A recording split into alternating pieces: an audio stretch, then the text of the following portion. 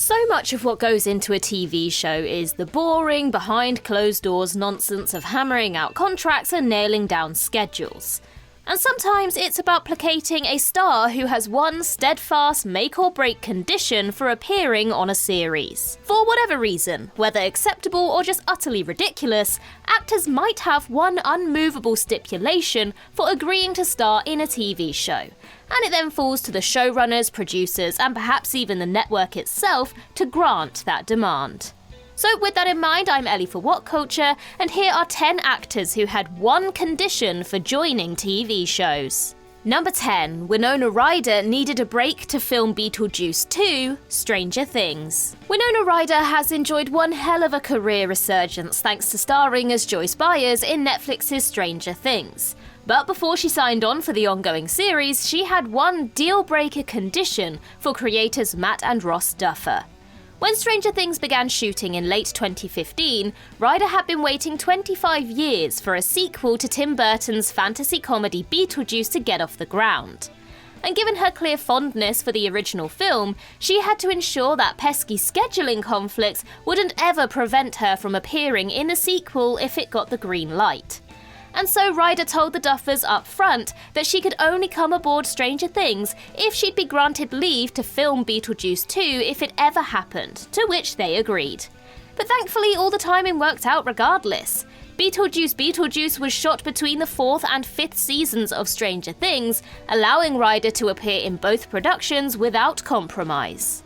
Number 9. Patrick Stewart demanded a 3-season maximum Star Trek Picard.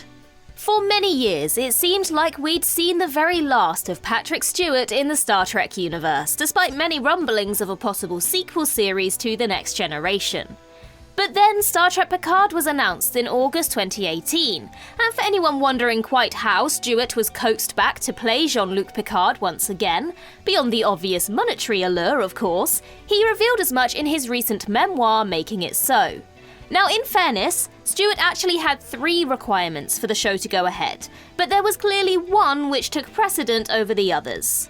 Stewart insisted that Picard last for a maximum of 3 seasons, ensuring there was a ceiling placed on the show's scope before it even began filming. Given that Stewart was close to 80 years of age when shooting began, who could blame him for not wanting to be locked into a decade-long commitment?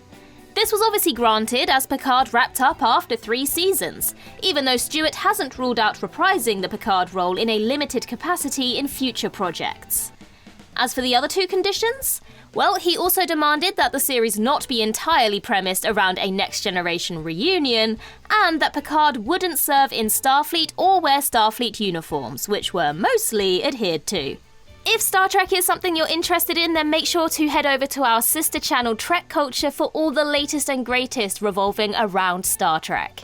Number 8. Juliana Marquez had to wear a wig, The Good Wife. Juliana Marquez absolutely crushed it on The Good Wife as litigator Alicia Florrick, but her one big demand for signing onto the show might surprise you. She needed Alicia to wear a wig. Marquez had it written into her contract that she would don a hairpiece for the role. The reason for this? She wanted to distance herself from her iconic ER character, Nurse Carol Hathaway, who is so well recognised for her distinctive curly black hair. The Good Wife's Alicia, by comparison, has straight brown hair, and for the show's pilot episode, the wig had to be flown into the Vancouver set from London, where it was made, at considerable expense. Given that Alicia's hairstyle is one of her most distinctive traits, and it absolutely did help differentiate her from Carol Hathaway, it was most certainly a smart, if unexpected, request on Margulies' part. Number 7. Walton Goggins wouldn't say the N-word after the pilot, Justified. It's basically impossible to imagine anyone but the great Walton Goggins playing criminal Boyd Crowder on Justified. But Goggins almost walked away from the project over one major creative misgiving. Goggins, himself a Southern American from Alabama, spent much of his earlier career playing cliched Southerner characters in films and TV, and so wasn't much interested in playing another character who dabbled in stereotypes. And so Goggins told Justified creator Graham Yost that he wanted to add nuance to the character of Crowder. That is, making it abundantly clear to audiences from the start that Boyd is a criminal masquerading as a white supremacist for his own gain, rather than a genuine racist. Moreover, the script originally called for Boyd to drop the N-word on the regular, but Goggins stipulated that he'd say it once in the pilot and never again if they wanted him on the show. This was agreed to, and the rest is glorious history. Number 6. Kim Cattrall wanted Sex and the City's costume designer, and just like that. Sex and the City's sequel series, and just like that, was a bittersweet offering for fans, given that one of the central quartet, Kim Cattrall, who played fan favourite Samantha Jones, opted not to reprise her role. This was allegedly due to behind-the-scenes issues between Cattrall and star Sarah Jessica Parker. And yet fans were given a neat surprise at the end of the show's second season when Samantha made an unexpected cameo appearance. The scene, which lasts barely a minute and takes place entirely in a car, sees Samantha talk to Parker's Carrie over the phone, a scene for which Cattrall was reportedly paid $1 million. But it wasn't purely the dump truck full of cash for a few hours' work which persuaded Cattrall to make the cameo. It was her insistence that she be reunited with Sex and the City's original costume designer Pat Field, who otherwise didn't work on the sequel series. Cattrall's request was evidently granted, ensuring that Samantha looked as typically slick and stylish as ever in her very brief reappearance. Number 5. Paul McCartney needed Lisa to remain vegetarian. The Simpsons. The Beatles' Paul McCartney may not be an actor in the strictest sense, but he nevertheless gave an unforgettable as-himself performance in the iconic Simpsons episode Lisa the Vegetarian. The episode revolves around Lisa's decision to become a vegetarian, and the show's production team felt that this storyline would provide the perfect way for McCartney and his wife Linda, two of the world's most famous vegetarians at the time, to appear as themselves. Paul agreed to star on one condition, that Lisa would remain a vegetarian for the rest of the series, rather than simply revert to eating meat in the next episode, given the series' general lack of long-term character changes. The Simpsons staff agreed, and indeed, Lisa remains a staunch veggie to this very day, almost an entire 3 decades later. McCartney actually recently reflected on the episode to GQ, saying, quote, "We were a bit worried that she would be a vegetarian for a week, then Homer would persuade her to eat a hot dog. The producers of the program assured us that she would remain that way, and they kept their word." Number 4. Julia Roberts wanted Matthew Perry to explain quantum physics to her. Friends. Julia Roberts made an unforgettable one-off appearance on Friends as Susie Moss, one of Chandler's childhood classmates who has quite the score to settle against him. And boy, that she does. Naturally, landing one of the most famous A-listers on the planet for a Friends episode was a major get, especially as the episode in question, the one after the Super Bowl, indeed aired the same night as the 1996 Super Bowl.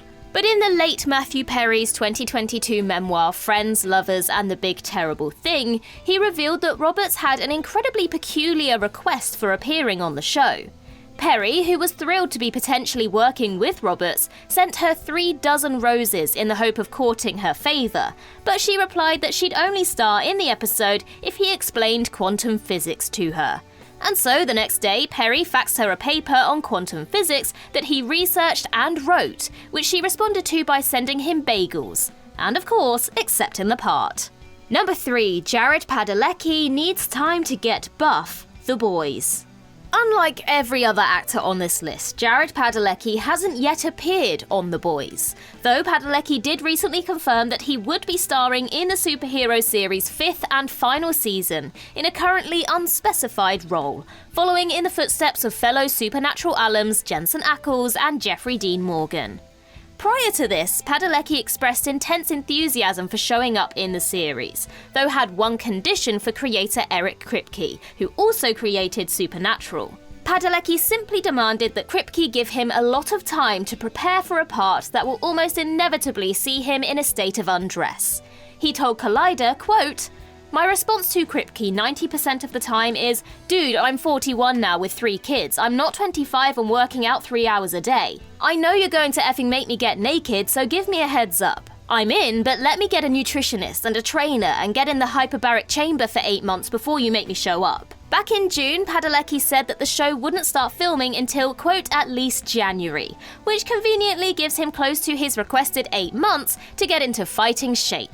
Especially as Padalecki has presumably been aware of this news for a little longer than we have. Number 2. Giancarlo Esposito demanded a cape, The Mandalorian.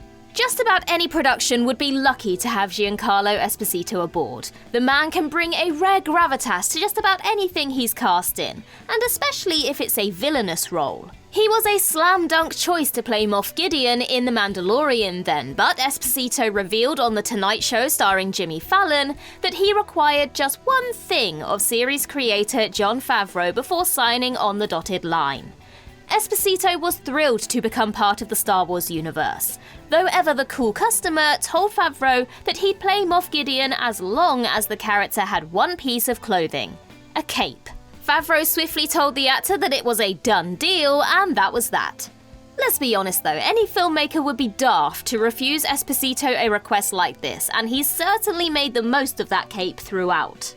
Number 1. Lea Michele wouldn't scream on set, Scream Queens.